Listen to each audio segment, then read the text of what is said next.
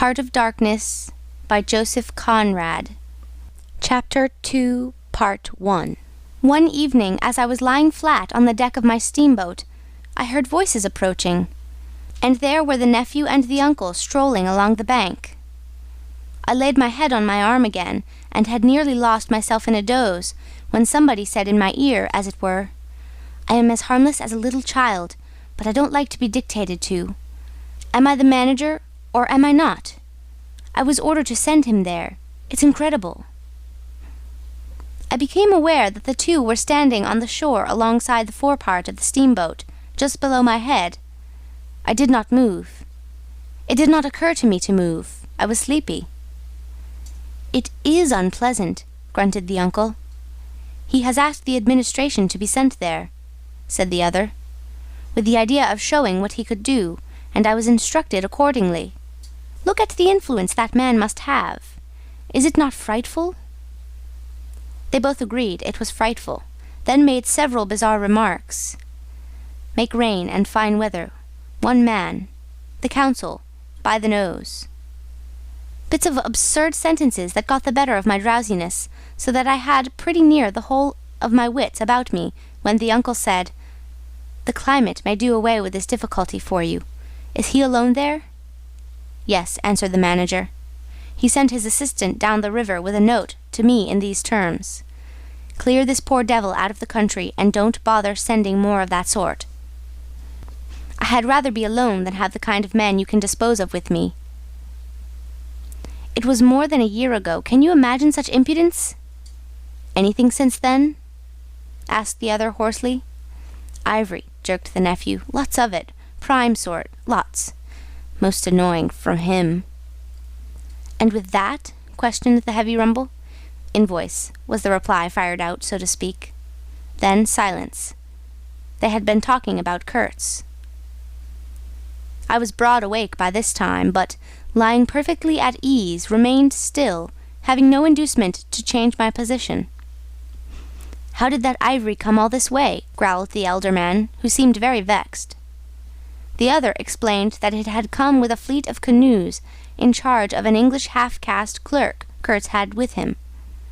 That Kurtz had apparently intended to return himself, the station being by that time bare of goods and stores, but after coming 300 miles had suddenly decided to go back, which he started to do alone in a small dugout with 4 paddlers, leaving the half-caste to continue down the river with the ivory. The 2 fellows there seemed astounded at anybody attempting such a thing. They were at a loss for an adequate motive. As to me, I seemed to see Kurtz for the first time. It was a distant glimpse, the dugout, 4 paddling savages, and the lone white man turning his back suddenly on the headquarters, on relief, on thoughts of home, perhaps, settling his face toward the depths of the wilderness, towards his empty and desolate station. I did not know the motive. Perhaps he was simply a fine fellow who stuck to his work for its own sake. His name, you understand, had not been pronounced once. He was that man, the half-caste who, as far as I could see, had conducted a difficult trip with great prudence and pluck, was invariably alluded to as that scoundrel. The scoundrel had reported that the man had been very ill, had recovered imperfectly. The 2 below me moved away, then a few paces, and strolled back and forth at some little distance. I heard, "Military, post, doctor, 200 miles, quite alone now, unavoidable delays, 9 months, no news, strange rumors." They approached again, just as the manager was saying, "No one, as far as I know, unless a species of wandering trader, a pestilential fellow snapping ivory from the natives." Who was it they were talking about now? I gathered in snatches that this was some man supposed to be in Kurtz's district, and of whom the manager did not approve. "We will not be free from unfair competition till one of these fellows is hanged for an example," he said. "Certainly," grunted the other. "Get him hanged. Why not? Anything. Anything can be done in this country. That's what I say. Nobody here, you understand, here can endanger your position. And why? You stand the climate. You outlast them all. The danger is in Europe. But there, before I left, I took care to..." They moved off and whispered, then their voices rose again. "The extraordinary series of delays is not my fault. I did my best." The fat man sighed. "Very sad." "And the pestiferous absurdity of his talk," continued the other. "He bothered me enough when he was here. Each station should be like a beacon on the road towards better things, a center for trade, of course, but also for humanizing, improving, instructing. Conceive you, that ass! And he wants to be manager. No, it's..." Here he got choked by excessive indignation, and I lifted my head the least bit. I was surprised to see how near they were, right under me. I could have spat on their hats. They were looking at the ground, absorbed in thought. The manager was switching his leg with a slender twig. His sagacious relative lifted his head. "You have been well since you came out this time?" he asked. The other gave a start. "Who? I? Oh, like a charm, but the rest, oh my goodness, all sick. They die so quick, too, that I haven't the time to send them out of the country. It's incredible." Just so," grunted the uncle. "Ah, my boy, trust to this, I say, trust to this." I saw him extend his short flipper of an arm for a gesture that took in the forest, the creek, the mud, the river, seemed to beckon with a dishonoring flourish before the sunlit face of the land, a treacherous appeal to the lurking death, to the hidden evil, to the profound darkness of its heart. It was so startling that I leapt to my feet and looked back at the edge of the forest, as though I had expected an answer of some sort to that black display of confidence. You know, the foolish notions that come to one sometimes. The high stillness confronted these two figures with its ominous patience, waiting for the passing away of a fantastic invasion. They swore aloud together, out of sheer fright, I believe, then, pretending not to know anything of my existence, turned back to the station.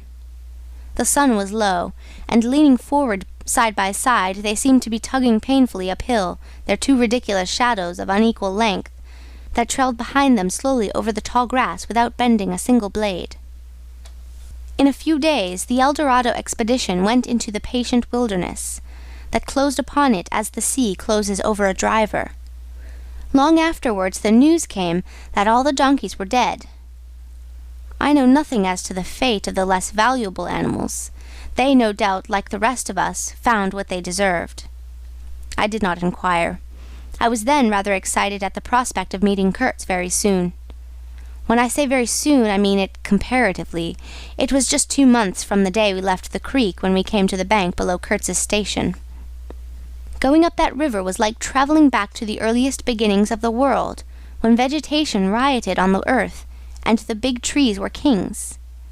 An empty stream, a great silence, an impenetrable forest. The air was warm, thick, heavy, sluggish. There was no joy in the brilliance of sunshine. The long stretches of the waterway ran on, deserted, into the gloom of the overshadowed distances. On silvery sandbanks, hippos and alligators sunned themselves side by side. The broadening waters flowed through a mob of wooded islands. You lost your way on that river as you would in a desert, and butted all day long against shoals, trying to find the channel, till you thought yourself bewitched and cut off forever from everything you had known once, somewhere, far away, in another existence perhaps. There were moments when one's past came back to one, as it will sometimes when you have not a moment to spare for yourself. But it came in the shape of an unrestful and noisy dream, remembered with wonder amongst the overwhelming realities of this strange world of plants, water, and silence. And this stillness of life did not in the least resemble a peace. It was the stillness of an implacable force brooding over an inscrutable intention. It looked at you with a vengeful aspect. I got used to it afterwards. I did not see it any more. I had no time. I had to keep guessing at the channel. I had to discern, mostly by inspiration, the signs of hidden banks. I watched for sunken stones. I was learning to clap my teeth smartly before my heart flew out. When I shaved by a fluke some infernal sly old snag that would have ripped the life out of the tin-pot steamboat and drowned all the pilgrims.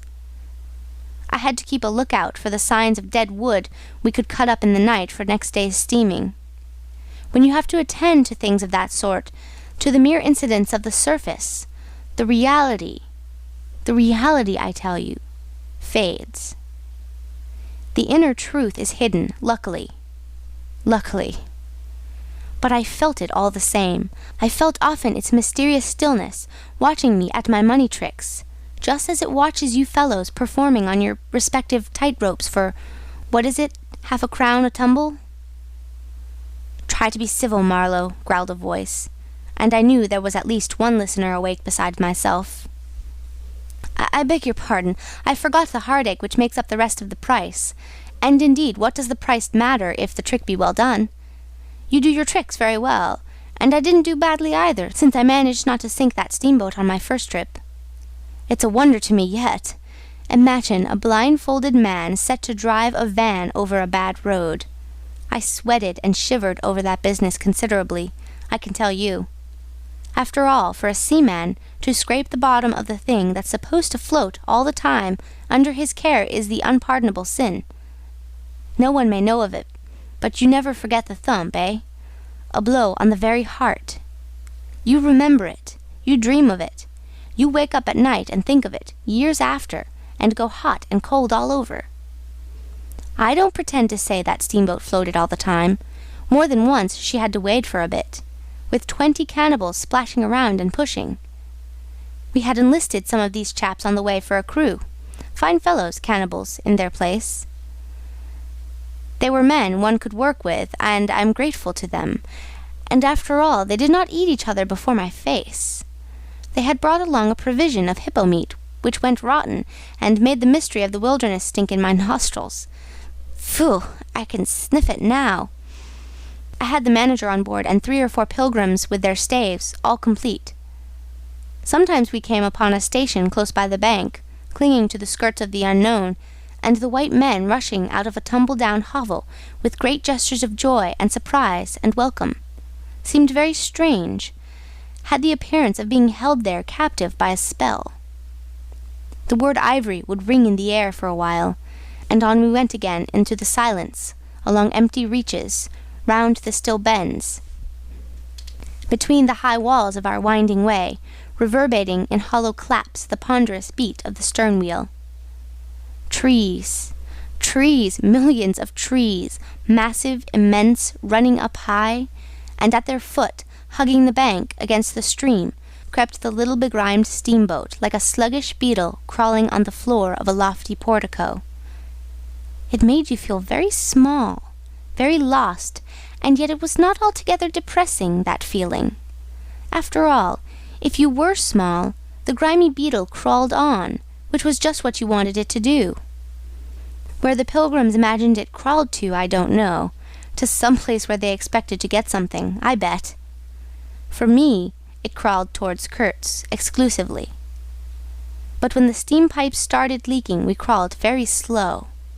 The reaches opened before us and closed behind, as if the forest had stepped leisurely across the water to bar the way for our return. We penetrated deeper and deeper into the heart of darkness. It was very quiet there. At night, sometimes, the roll of drums behind the curtain of trees would run up the river and remain sustained faintly, as if hovering in the air high over our heads, till the first break of day. Whether it meant war, peace, or prayer, we could not tell. The dawns were heralded by the descent of a chill stillness. The woodcutters slept, their fires burned low. The snapping of a twig would make you start. We were wanderers on a prehistoric Earth, on an Earth that wore the aspect of an unknown planet. We could have fancied ourselves the first of men taking possession of an accursed inheritance, to be subdued at the cost of profound anguish and of excessive toil.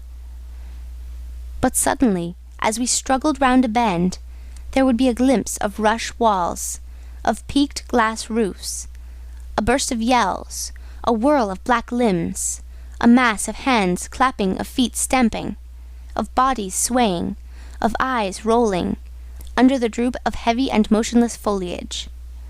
The steamer toiled along slowly on the edge of a black and incomprehensible frenzy. The prehistoric man was cursing us, praying to us, welcoming us. Who could tell? We were cut off from the comprehension of our surroundings. We glided past like phantoms, wondering and secretly appalled, as sane men would be before an enthusiastic outbreak in a madhouse. We could not understand because we were too far, and could not remember because we were traveling in the night of first ages, of those ages that are gone, leaving hardly a sign and no memories. The earth seemed unearthly. We are accustomed to look upon the shackled form of a conquered monster, but there you could look at a thing monstrous and free. It was unearthly, and the men were... No, they were not inhuman. Well, you know, that was the worst of it, this suspicion of their not being inhuman. It would come slowly to one.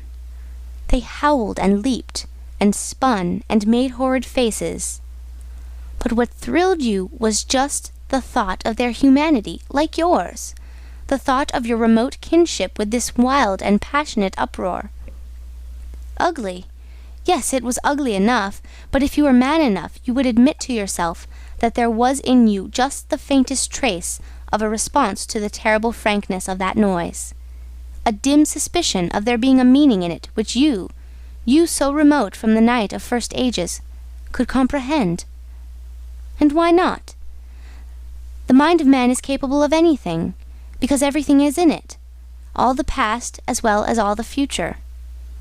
What was there, after all? Joy, fear, sorrow, devotion, valor, rage? Who can tell? But truth. Truth stripped of its cloak of time.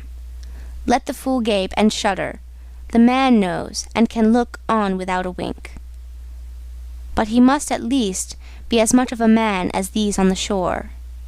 He must meet that truth with his own true stuff, with his own inborn strength. Principles won't do. Acquisitions, clothes, pretty rags that would fly off at the first good shake.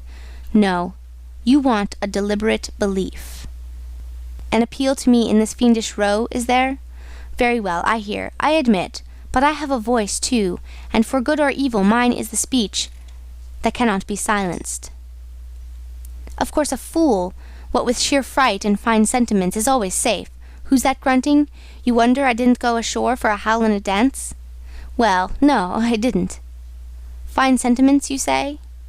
Fine sentiments be hanged! I had no time. I had to mess about with white lead and strips of woolen blanket, helping to put bandages on those leaky steam pipes, I tell you. I had to watch the steering, and circumvent those snags, and get the tin pot along by hook or by crook. There was surface truth enough in these things to save a wiser man. And between whiles I had to look after the savage who was fireman. He was an improved specimen. He could fire up a vertical boiler. He was there below me, and upon my word, to look at him was as edifying as seeing a dog in a parody of breeches and a feather hat, walking on his hind legs. A few months of training had done for that really fine chap. He squinted at the steam gauge and at the water gauge with an evident effort of intrepidity. And he had filed teeth, too, the poor devil, and the wool of his pate shaved into queer patterns, and 3 ornamental scars on each of his cheeks. He ought to have been clapping his hands and stamping his feet on the bank, instead of which he was hard at work, a thrall to strange witchcraft, full of improving knowledge. He was useful because he had been instructed, and what he knew was this, that should the water in that transparent thing disappear, the evil spirit inside the boiler would get angry through the greatness of his thirst, and take a terrible vengeance. So he sweated and fired up, and watched the glass fearfully, with an impromptu charm made of rags tied to his arm, and a piece of polished bone as big as a watch stuck flatways through his lower lip. While the wooded bank slipped past us slowly, the short noise was left behind, the interminable miles of silence, and we crept on towards Kurtz. But the snags were thick, the water was treacherous and shallow, The boiler seemed indeed to have a sulky devil in it, and thus neither that fireman nor I had any time to peer into our creepy thoughts.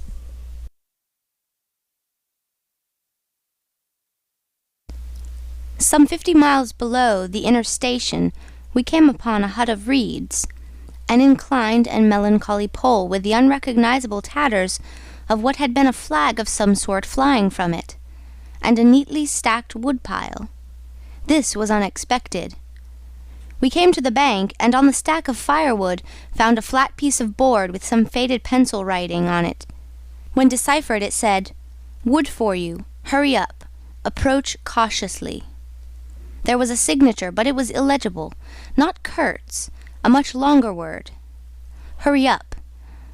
Where? Up the river? Approach cautiously. We had not done so. But the warning could not have been meant for the place where it could only be found after approach. Something was wrong above. But what, and how much? That was the question. We commented adversely upon the imbecility of that telegraphic style. The bush around said nothing, and would not let us look very far either. A torn curtain of red twill hung in the doorway of the hut, and flapped sadly in our faces. The dwelling was dismantled, but we could see a white man had lived there not very long ago. There remained a rude table, a plank on 2 posts. A heap of rubbish reposed in a dark corner, and by the door I picked up a book. It had lost its covers, and the pages had been thumbed into a state of extremely dirty softness, but the back had been lovingly stitched afresh with white cotton thread, which looked clean yet. It was an extraordinary find. Its title was An Inquiry into Some Points of Seamanship, by a man Towser, some such name, master in His Majesty's Navy. The matter looked dreary reading enough, with illustrative diagrams and repulsive tables of figures, and the copy was 60 years old. I handled this amazing antiquity with the greatest possible tenderness, lest it should dissolve in my hands. Within, Towser was inquiring earnestly into the breaking strain of ships' chains and tackle, and other such matters. Not a very enthralling book, but at the first glance you could see there a singleness of intention, an honest concern for the right way of going to work, which made these humble pages, thought out so many years ago, luminous with another than a professional light. The simple old sailor, with his talk of chains and purchases, made me forget the jungle and the pilgrims in a delicious sensation of having come upon something unmistakably real. Such a book, being here, was wonderful enough. Still more astounding were the notes penciled in the margin, and plainly referring to the text. I couldn't believe my eyes. They were in cipher. Yes, it looked like a cipher. Fancy a man lugging with him a book of that description into this nowhere, and studying it, and making notes. In cipher at that! It was an extravagant mystery. I had been dimly aware for some time of a worrying noise, and when I lifted my eyes I saw the woodpile was gone, and the manager, aided by all the pilgrims, was shouting at me from the riverside. I slipped the book into my pocket. I assure you, to leave off reading was like tearing myself away from the shelter of an old and solid friendship.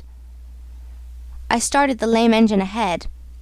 "It must be this miserable traitor, this intruder," exclaimed the manager, looking back malevolently at the place we had left. "He must be English," I said. "It will not save him from getting into trouble if he is not careful," muttered the manager darkly.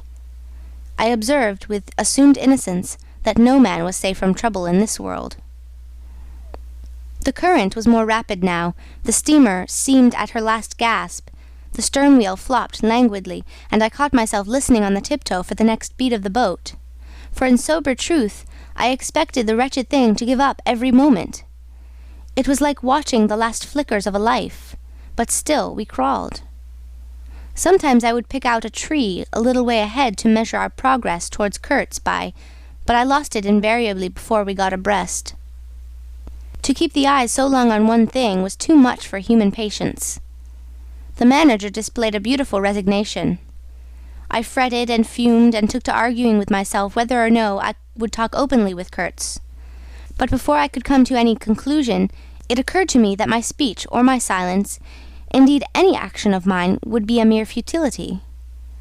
What did it matter what anyone knew or ignored? What did it matter who was manager? One gets sometimes such a flash of insight. The essentials of this affair lay deep under the surface, beyond my reach, and beyond my power of meddling. Towards the evening of the second day, we judged ourselves about 8 miles from Kurtz's station. I wanted to push on, but the manager looked grave and told me the navigation up there was so dangerous that it would be advisable, the sun being very low already, to wait where we were till next morning. Moreover, he pointed out that if the warning to approach cautiously were to be followed, we must approach in daylight, not at dusk or in the dark. This was sensible enough. 8 miles meant nearly 3 hours steaming for us, and I could also see suspicious ripples at the upper end of the reach. Nevertheless, I was annoyed beyond expression at the delay, and most unreasonably too, since one night more could not matter much after so many months.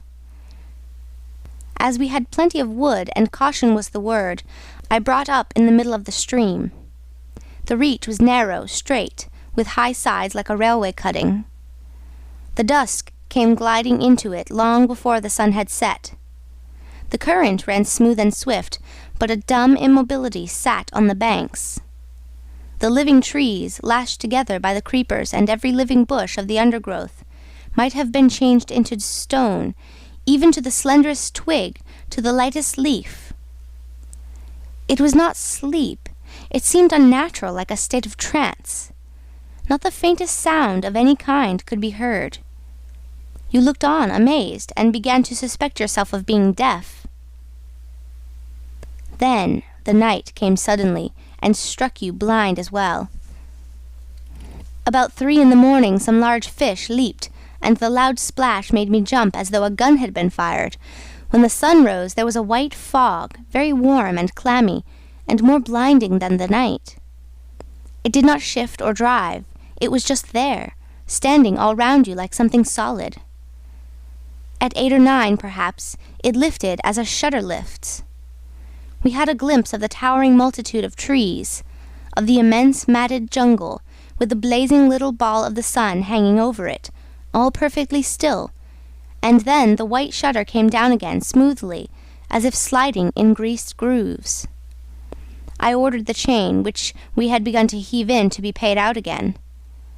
Before it stopped running with a muffled rattle, a cry, a very loud cry, as of infinite desolation, soared slowly in the opaque air.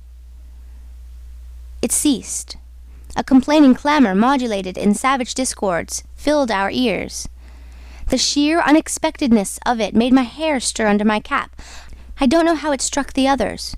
To me it seemed as though the mist itself screamed, so suddenly, and apparently from all sides at once did this tumultuous and mournful uproar arise.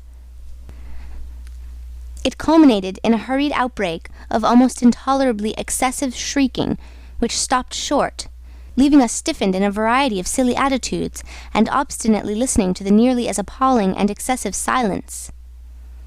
"Good God, what is the meaning?" stammered at my elbow one of the pilgrims, a little fat man with sandy hair and red whiskers, who wore side-spring boots and pink pig pajamas tucked into his socks.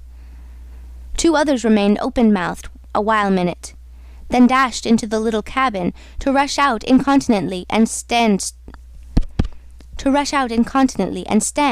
darting scared glances with Winchesters at ready in their hands. What we could see was just the steamer we were on. Her outlines blurred as though she had been on the point of dissolving, and a misty strip of water, perhaps 2 feet broad, around her. And that was all. The rest of the world was nowhere, as far as our eyes and ears were concerned. Just nowhere. Gone. Disappeared. Swept off without leaving a whisper or a shadow behind. I went forward and ordered the chain to be hauled in short, so as to be ready to trip the anchor and move the steamboat at once if necessary. "Will they attack?" whispered an odd voice. "We will all be butchered in this fog," murmured another. The faces twitched with the strain, the hands trembled slightly, The eyes forgot to wink. It was very curious to see the contrast of expressions of the white men and of the black fellows of our crew, who were as much strangers to that part of the river as we, though their homes were only 800 miles away. The whites, of course, greatly discomposed, had besides a curious look of being painfully shocked by such an outrageous row. The others had an alert, naturally interested expression, but their faces were essentially quiet, even those of the one or two who grinned as they hauled at the chain.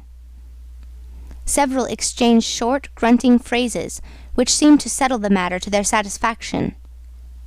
Their headman, a young, broad-chested black, severely draped in a dark blue fringed cloths, with fierce nostrils and his hair all done up artfully in oily ringlets, stood near me. "Aha," I said, just for good fellowship's sake. "Catch 'em," he snapped, with a bloodshot widening of his eyes and a flash of sharp teeth. "Catch 'im. Give 'im to us." "To you, eh?" I asked. "What would you do them?" "Eat 'em," he said curtly, and leaning his elbow on the rail, looked out into the fog in a dignified and profoundly pensive attitude. I would no doubt have been properly horrified had it not occurred to me that he and his chaps must be very hungry, that they must have been growing increasingly hungry for at least this month past. They had been engaged for 6 months. I don't think a single one of them had had any clear idea of the time, as we at the end of countless ages have. They still belonged to the beginnings of time, had no inherited experience to teach them, as it were. And of course, as long as there was a piece of paper written over in accordance with some farcical law or other made down the river, it didn't enter anybody's head to trouble how they would live. Certainly they had brought with them some rotten hippo meat, which couldn't have lasted very long anyway, even if the pilgrims hadn't, in the midst of a shocking hullabaloo, thrown a considerable quantity of it overboard. It looked like a high-handed proceeding, but it was really a case of legitimate self-defense. You can't breathe dead hippo walking, sleeping, and eating, and at the same time keep your precarious grip on existence. Besides that, they had given them every week 3 pieces of brass wire, each about 9 inches long, and the theory was they were to buy their provisions with that currency in riverside villages. You can see how that worked. There were either no villages, or the people were hostile, or the director, who like the rest of us fed out of tins, with an occasional old he-goat thrown in, didn't want to stop the steamer for some more or less recondite reason. So unless they swallowed the wire itself, or made loops of it to snare the fishes with, I don't see what good their extravagant salary could be to them. I must say it was paid with a regularity worthy of a large and honourable trading company. For the rest, the only thing to eat, though it didn't look eatable in the least, I saw in their possession was a few lumps of some stuff, like half-cooked dough of a dirty lavender colour, they kept wrapped in leaves, and now and then swallowed a piece of, but so small that it seemed done more for the looks of the thing than for any serious purpose of sustenance. Why in the name of all the gnawing devils of hunger they didn't go for us?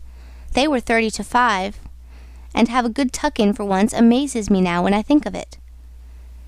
They were big, powerful men, with not much capacity to weigh the consequences, with courage, with strength even yet, though their skins were no longer glossy and their muscles no longer hard. And I saw that something restraining, one of those human secrets that baffle probability, had come into play there. I looked at them with a swift quickening of interest, not because it occurred to me I might be eaten by them before very long, though I own to you that just then I perceived, in a new light, as it were, how unwholesome the pilgrims looked, and I hoped, yes, I positively hoped that my aspect was not so, what shall I say, so unappetizing? A touch of fantastic vanity which fitted well with the dream sensation that pervaded all my days at that time. Perhaps I had a little fever, too. One can't live with one's finger everlastingly on one's pulse. I had often a little fever, or a little touch of other things. The playful paw-strokes of the wilderness, the preliminary trifling before the more serious onslaught which came in due course. Yes, I looked at them as you would on any human being, with a curiosity of their impulses, motives, capacities, weaknesses, when brought to the test of an inexorable physical necessity. Restraint! What possible restraint? Was it superstition, disgust, patience, fear, or some kind of primitive honor? No fear can stand up to hunger, no patience can wear it out. Disgust simply does not exist where hunger is. And as to superstition, beliefs, and what you may call principles, they are less than chaff in a breeze. Don't you know the devilry of lingering starvation, its exasperating torment, its black thoughts, its somber and brooding ferocity? Well, I do. It takes man all his inborn strength to fight hunger properly. It's really easier to face bereavement, dishonor, and the perdition of one's soul than this kind of prolonged hunger. Sad, but true. And these chaps, too, had no earthly reason for any kind of scruple. Restraint. I would just as soon have expected restraint from a hyena prowling amongst the corpses of a battlefield. But there was the fact facing me. The fact, dazzling to be seen, like the foam on the depths of the sea, like a ripple on an unfathomable enigma, a mystery greater when I thought of it than the curious, inexplicable note of desperate grief in this savage clamor that had swept by us on the river bank, behind the blind whiteness of the fog. End of Chapter 2, Part 1.